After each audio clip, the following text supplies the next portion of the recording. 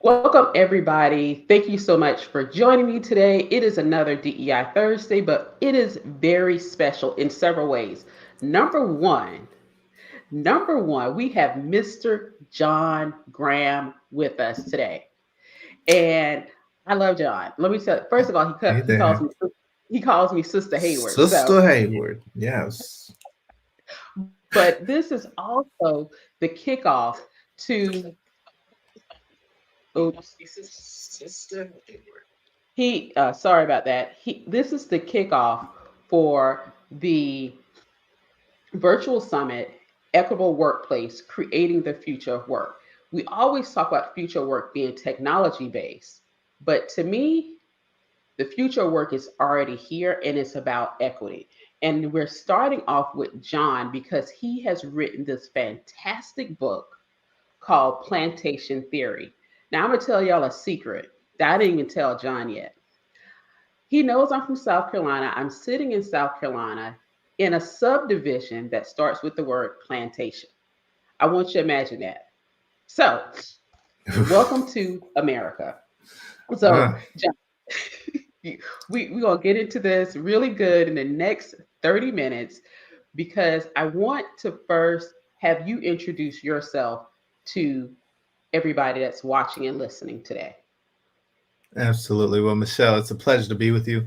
I'm happy to be discussing such an important topic. I currently am the vice president of global employer brand diversity and culture for Shaker Recruitment Marketing, full service recruitment marketing agency that helps. We help our clients build diverse and inclusive employer brands to attract, engage, and retain the world's multicultural workforce, but also ensuring that the marketing actually matches reality so that companies aren't selling a false narrative and unintendedly driving up attrition rates. The work that I do is steeped in lived experience. So, uh, my contribution to moving DEI to 3.0 status is working backwards from the lived experiences of the most marginalized talent in organizations and helping, and consulting as a thought partner to chief diversity officers, chief HR officers, chief talent and people officers to um, tailor their strategies to address those needs of those most marginal uh, in a way that you can then stand on as an employer and an employer brand. So I'm also the author, as you said, of Plantation Theory: The Black Professional Struggle Between Freedom and Security, which I know we'll talk a little bit more about today. But yes, happy to be with you. Glad you're here. Okay. What you kind of tell what the book is about with the title. That's And right. let's get into the title of the book, Plantation Theory: The Black Professional Struggle Between Freedom and Security. Hmm. What what does that mean? Yeah. Yeah. So, I mean, plantation theory on its own, right? A jarring headline. People don't necessarily associate their daily corporate jobs or professional jobs with a plantation. But what I've seen, not only throughout my career, but more so glaringly in the last 18 to 19 months, is this struggle between freedom and security, meaning Black folks uh, being highly credentialed, super capable, outperforming based on work output, having brilliant ideas and the capability to do more than what their job titles showcase, but not being given the opportunity, not being valued, not treated fairly or equitably in their organizations. And so it poses the question, well, why don't you just leave, right? Go build your own, start your own. Well, the notion of freedom is super scary, right? We weren't necessarily taught how to be free. And what I weave in and out of the book is the historical dot connections between the why and the what, and then starting to talk about how. But yeah, freedom is a scary thing for those who were never taught to be free. And so we default to security. We go to what we know, the job security, get a good job, stay with it, endure. And we attribute that or connect that to like staying in an abusive relationship, right? Yeah. So this is that struggle, wanting to do more, wanting to be free, but yet competing with the necessity and the urgency of security.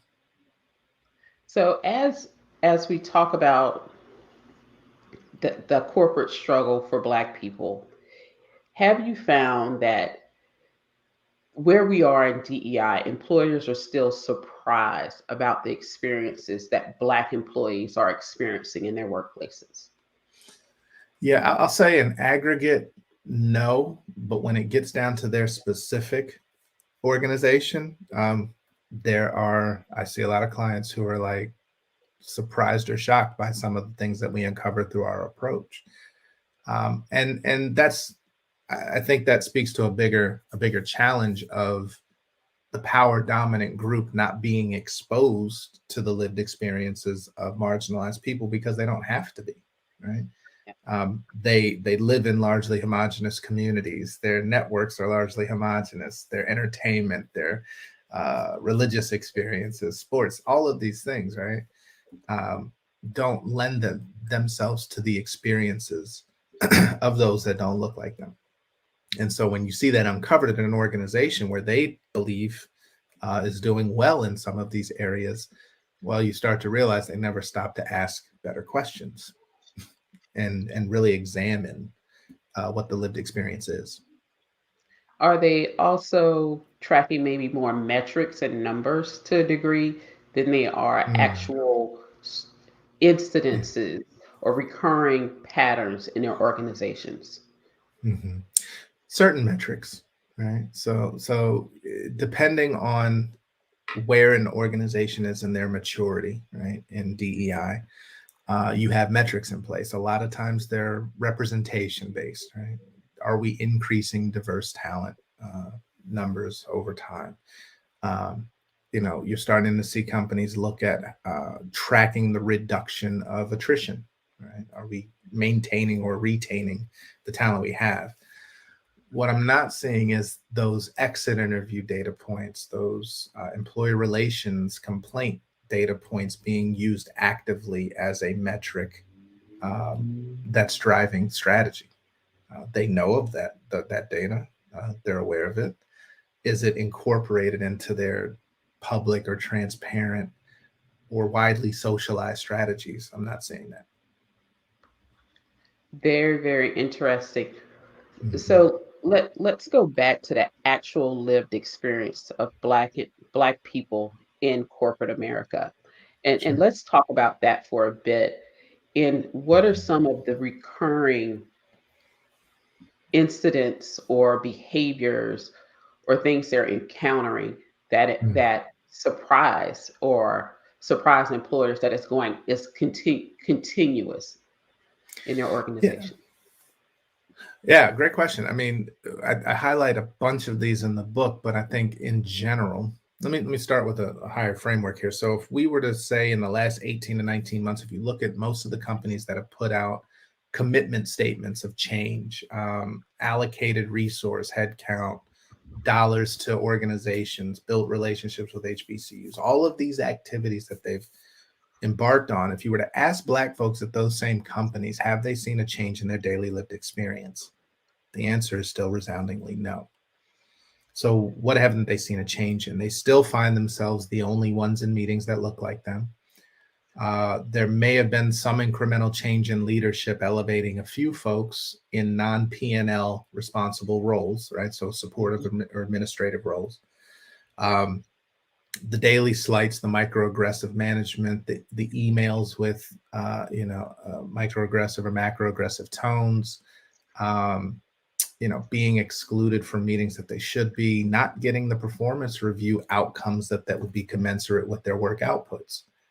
So these are the things that are still going on. And if we think about representation, authenticity, and development being the three major things that we track in our lived experience based approach, well, we're still not meeting the mark on all of these, right? So you're not seeing the representation in leadership levels or board levels.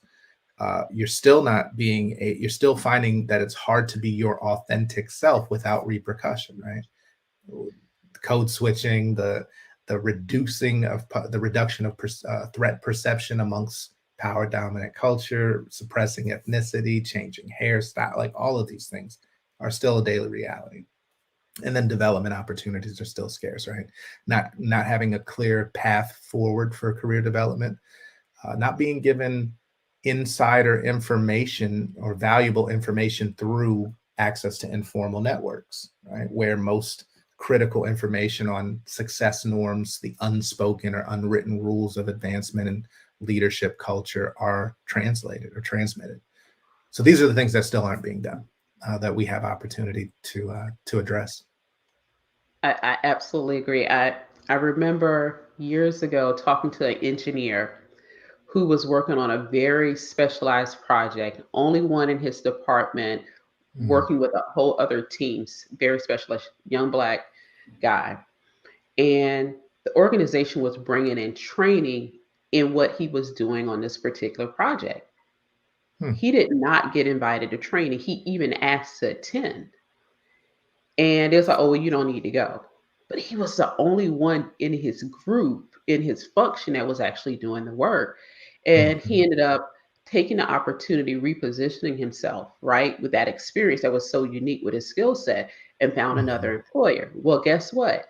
Now, all of a sudden, his boss is approaching him to stay. He's like, wait, when I asked for this, you told me I didn't need it. And it's really Mhm. interesting how you point out you don't provide me the opportunity, it's the training I need, right? Because Sure. now you're no longer a pet, right? Now you're Now you're a threat. competition. That's Yeah, you're right. a threat. You're no longer a pet, you're a threat. And we Yeah. see this so often. And one of the things we do with positive hire Mhm. specifically is train women with different skill sets, non-technical skill sets. They have the technical ability. It's like, how do you maneuver in these spaces?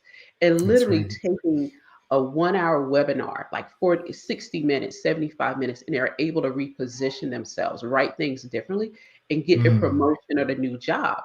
But Mhm. nobody's teaching them this or giving them that training. And sometimes we don't know to ask. Sometimes we are asking and being told no, and they're begging you to stay. And so it's really interesting that you bring that up, because the That's first right. thing I ever did with this organization was provide training. And the train and how I knew to provide this training, there was an older white woman when I lived in Tulsa, Oklahoma. She said, Mm. "You need this to advance your career. This is what," and I went to an executive training program. I had to fight to Mhm. get the money, right? Sure. That's a Sure. whole other story. But nobody had told me this. Oh, you need a mentor. That's what they tell you. But nobody tells you about these other things. And so I'm glad you brought that up. And just for those of you who don't know, if you're especially in a large organization, they have thousands of dollars available usually to you for training and development. You don't know to ask for it. You're probably even paying out of your pocket for your own career coach or training programs, certificate programs. And they love that. And I literally had somebody in my community. She's like, Michelle, I want to get this. And I went and asked my boss for it. I said, who you know in HR? She's like, the person I know left. I said, reach out to that person that left, see who else you talked to in HR. So she found somebody else and they Mhm. covered it. They're like, oh yeah, we have money That's left in the budget. Her boss is that's telling right. her no. So you have to, it's how do you maneuver in That's that right. organization? So I love that. So let's Such go and go ahead, John. I'm sorry. I was going to say you brought up several phenomenal points. Number one, we aren't taught the norms of corporate culture and the language required to be in leadership. There's a reason for that, whether it's proximity and access growing up, your education. These are things that aren't taught expressly, right? Until you get to these executive leadership courses, which is interesting, where they fashion you to reflect the image of leadership. And what we know is the default image of leadership is cisgendered, able bodied white men. That's one. Secondly, when we think, and I talk about this in plantation theory, our ability to reflect whiteness is a determinant of access and proximity. And I say that because um, people, right, there's a reason why you don't see many non-white male and even white female in this case in executive leadership roles. And because they don't view you as leadership based on, it's not even on your work outputs, it's your ability to speak the language, right, to understand the norms. at an intuitive level, to be able to navigate the politics, the positioning, the jockeying, right? All of these things that are required at that level. And so why would they elevate those who are working twice as hard for half the pay into a Exactly. position as an equal? That's These are the tougher conversations that we have to have about diversity, equity, and inclusion. Are we really addressing these undercurrents of cultural disconnect and these Grand Canyon-esque divides between us in terms of racial realities? And this goes down to language. This comes down to cultural norms and nuance that are largely untaught. So Absolutely agree. And I yeah, know I don't want to tell them what's in the book because y'all got to go read the book. So I use some go of my read the examples so you can go read the book to see what John's. book. Yes, please do. So one thing that I want to talk about, and you know, we hang out on some other platforms and have discussions. And I Mhm. shared a 30-second clip last night Yeah. on LinkedIn, and I did it on the gram. And I think you were probably surprised, like, where'd she get this from? Oh, yeah. Clips are real. They Yes. are. But I Uh-huh. knew that because I knew this talk was coming, like, oh, this is juicy right here. Okay, let's talk about the accountability for diversity, equity, and inclusion Mm. initiatives and goals, right? Mhm. Yep. What what is this accountability? Who is accountable? Who should be accountable Mm. but Yeah. isn't? Well, I think we first have to define what accountability means, right? We have a shared assumption of what accountability means. If I were to say, Michelle, I want you to be accountable for this, that comes along, that resonates with you very differently, right, than it would for maybe somebody outside of our racial reality. So, accountability can mean fully standing in ownership of the success and the failure, admission of guilt or wrongdoing, or, right, that's what we perceive as accountable. That's not necessarily what accountability means in other cultures. So let's look at it from a different lens. What if accountability means simply who's responsible for leading or guiding this program? Okay. Who is going to measure the success of this program? What are the outcomes that we've all agreed on? Okay, cool. But nowhere in that accountability definition is a consequence mechanism for if it fails. And we don't have enough time to get into the underpinnings of what I'm talking about, but culturally and across racial realities, the way that language is transmitted and consumed can mean the difference in outcome. And so we have to be clear and aligned on what we mean by accountability. And when we think accountability, we're like, well, who gets fired if this doesn't work out? Right? What is the consequence for a mid-level manager who's not embracing and advancing the approach to inclusive culture building? What happens if you're bringing diverse slates to hiring managers with diverse panels and they're still not choosing diverse talent even though they're more qualified? What happens if? Those are the accountability conversations that we have yet to get to. Uh, but there's also the other side to that, and that's incentive, right? So who gets rewarded if these goals are met, these metrics are attained, and so forth. Starting to see a little bit of that introduced to tying it to performance review bonuses at executive level leadership. Cool. I dare say it provides or creates perverse incentive though, because you'll work towards the number, not necessarily to improvement of the lived experience or removing the toxicity that's driving these negative experiences. So yeah, accountability has to first be defined, I would say. I love it. I love it. Mm-hmm. And I like that last part where you're talking about who's incentivized. And it's like it's interesting how often do we incentivize kids for doing their homework or cleaning their rooms, or maybe people just don't. I don't know. I don't go in everybody's houses, right? I know we had consequences for not doing that. I don't know about incentives. That's relatively new. I mean, the exclusive is you get to live here. I'm just according to my parents. So That's right. Do you like light, heat, electricity, all of those things? Yeah, that's your incentive. But that's a point, right? So we know human behavior is altered by carrot or stick, right? Incentive or yeah, consequence. This is not new. So it's interesting to me that these known human behavior, social psychological behaviors aren't applied to our change strategies and organizations. It's interesting. It really is. I remember hearing the incentive side at a Black enterprise. It might have been, it was a tech conference. It was in the Bay. Mhm. This was probably 2016. I don't remember which Fortune 500 it was. I was like, you get incentivized for doing what's right. Wait, I thought that What's was just, right? Yeah. yeah, I thought that was just your salary. Okay. Maybe that's just the show up fee. That's just what you charge them to Yeah. show up to the job. I Yeah. don't know. And who defines what's right? Right is subjective. It is. It really, really is. And I think there are ways to define what's right, and Mhm. who can help define that, as you said, are marginalized employees, marginalized people. And That's if right. they're not defining what is acceptable in the Hmm. workplace, but you also can't lean into them to go through and build out everything. But That's they right. definitely should have a good portion of the stake as to what is right, and Hmm. what accountability also looks like as Yeah. well. And I would love to see stakeholders in organizations have another say before the executive side as to who is going to be Mm. accountable and at what level, because they're Hmm. always saying, well, the stakeholders need this bed. Let the stakeholders speak, right?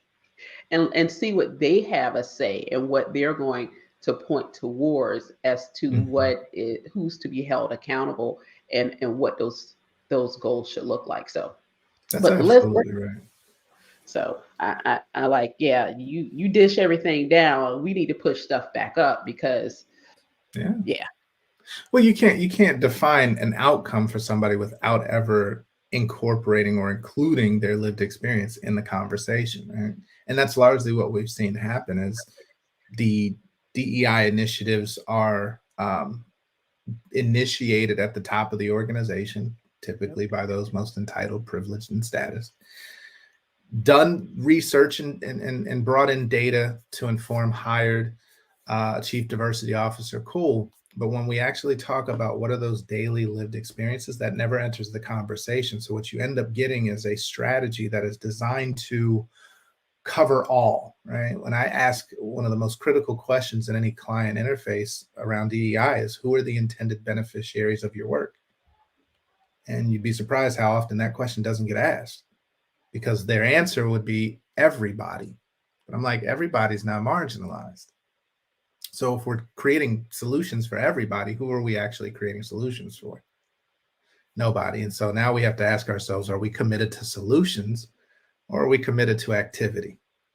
exactly, I need to know up front, just so I don't have expectations that shouldn't be placed there, right? And that your employee base doesn't have the wrong expectations either, you absolutely. know? So You yeah. brought up something really, and I'm the engineer, so I like the research and the data, but sometimes the data is Mhm. wrong. The benchmarking you're utilizing is, if you look at tech, all of them doing poorly. So why are you going to? Mhm.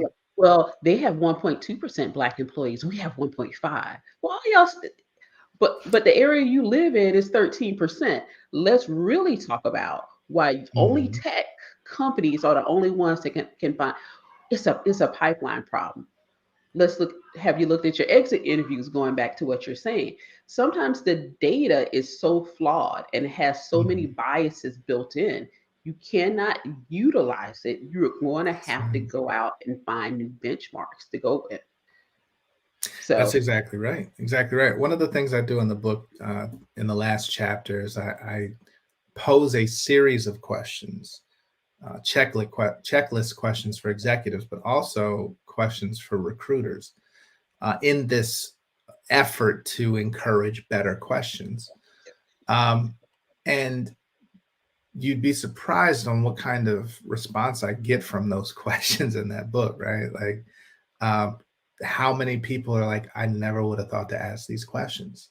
And we're talking about, white men, we're talking about Asian, Latinx, we're talking about Black folks, right? Who never would have thought to ask some of these questions. But to your point, the data is only reflect, right? Where they say garbage in, garbage out, right? Yep. So if you're not asking the right questions and then your output isn't getting you or eliciting the results you're looking for, well, then you have to question your questions, question the question set, right? Look at your survey instruments. What are you actually trying to solve for?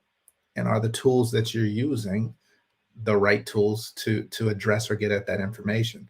So, tech has done, we've seen companies do Herculean efforts in very little time when it comes to threats to their business function. Yep.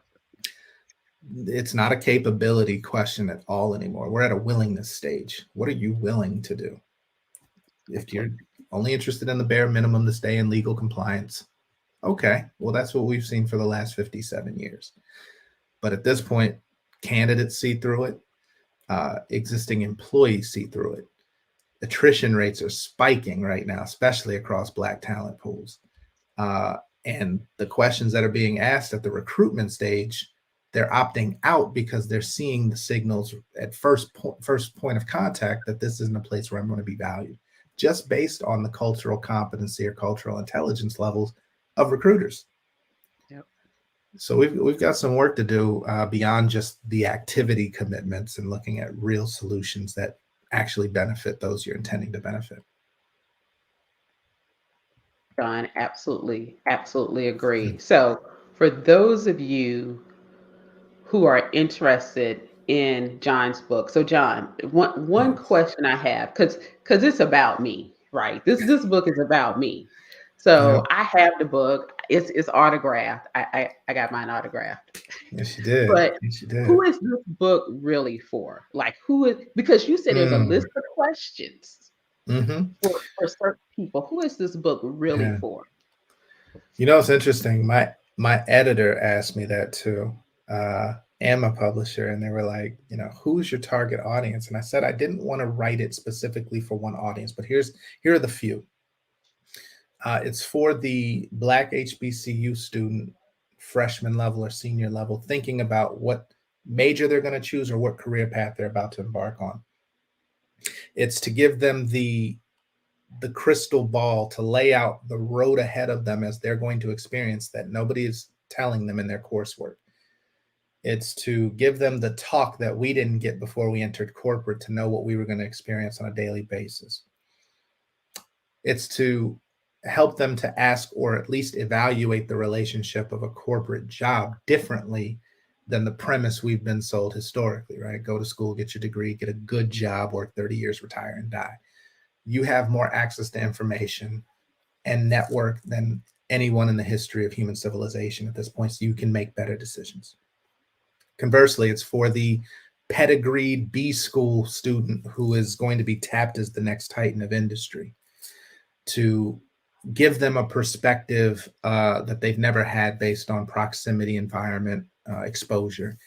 It's to help them lead differently, to be an inclusive leader, not just in statement, but also in action. It's to ask yourselves better questions to arrive at better solutions that ultimately lead to better business outcomes, and for everyone in between. So that's who it was written for. It's also, and lastly, I'll say it's written to tell our story as Black professionals in a way that hadn't been told before, and saying all of the things that we wanted to say but were afraid to for fear of risking security. Absolutely. I want for every Black person who's being asked in the workplace to retell their trauma to Mm, direct people to John's book, because I think it's really important that we not have to relive it, but we still be absolutely. able to show it and share that experience. And if you're like me, like, look, once, twice, after that, I need a fee, or I'm just not going to do it, right? That's right. That's right. And really, it's these types of publishings and materials that really help us not have to relive things, but start to heal. That's right. And find places, because we go home and we talk about it. We get on Twitter and we talk about it. We might be on Clubhouse talking about it, right?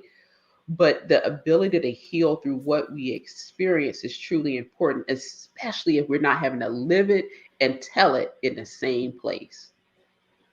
Couldn't have said it better myself.